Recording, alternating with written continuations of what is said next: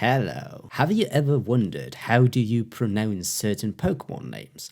Well, in this video I will help you out as we are going to cover all of the most popular Pokemon from each game and I'm gonna tell you how exactly do you pronounce them. So yes, Pokemon can be a bit difficult to know how to pronounce. These are fictional fantasy names, so of course there's going to be some confusion.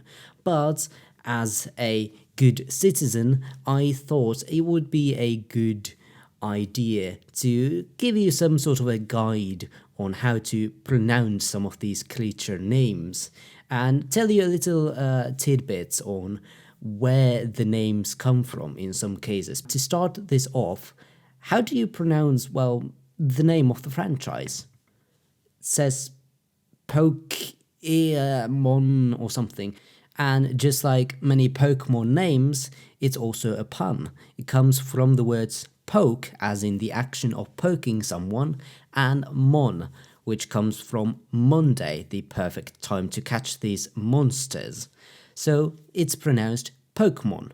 Simple as that. But now moving on to the actual Pokemon names themselves, and let's start off with the newest game, Scarlet and Violet Generation 9 in the Paldea region.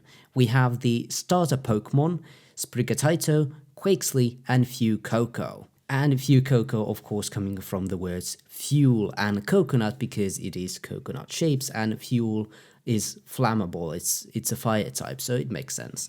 Then you also have the legendaries Miraidon and Koraidon, something you ride on. That's where the name comes from. It's clever. But now moving on to the original games, Red and Blue and Green and Yellow and I think Purple was there as well.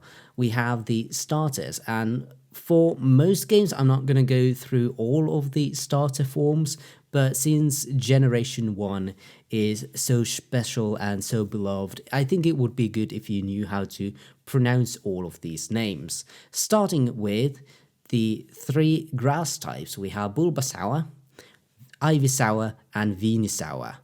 Of course, a lot of people think it's supposed to be like Bulbasaur, but the name actually comes from Sauerkraut, which is German for cabbage.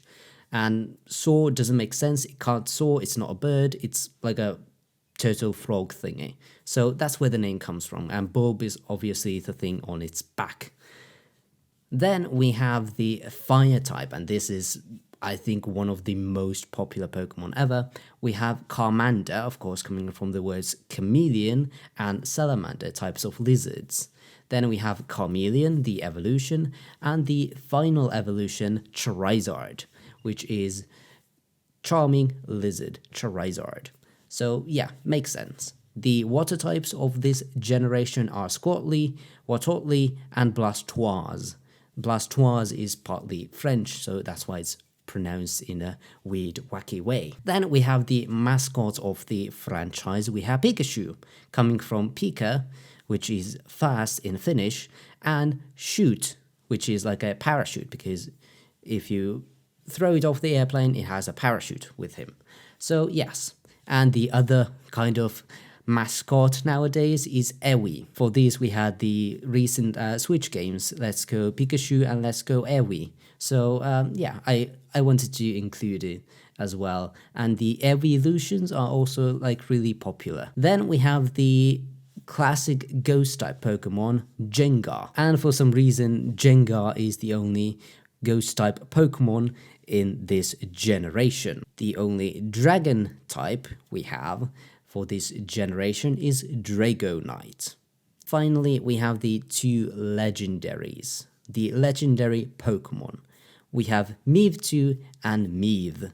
Of course, from the original first movie, you've probably seen these guys. The name comes from me, as in M-E, and then a flipped up M-W at the end, because they wanted to show the duality of this Pokemon as being one side and then upside down as well. It's all around this Pokemon. And then Mewtwo is very clever because it's Mew too, but also saying me too. So it's a really clever name in my opinion. Then moving on to Gold and Silver, these were games based in the Johto region. We have the starters Chikorita, Cyndaquil, and Toto Delay. Then we also have the fan favorite evolutions. We have Umbreon and Espeon. And since this generation is short, we just cut to the legendary Pokemon of this generation. We have Entei, Raikou, and Suicune, followed by the mascot legendaries Huo and Lugia. And then finally, the mythical of this generation is Celebi. Ruby and Sapphire time, and also Emerald, I guess. These were games set in the Hone region.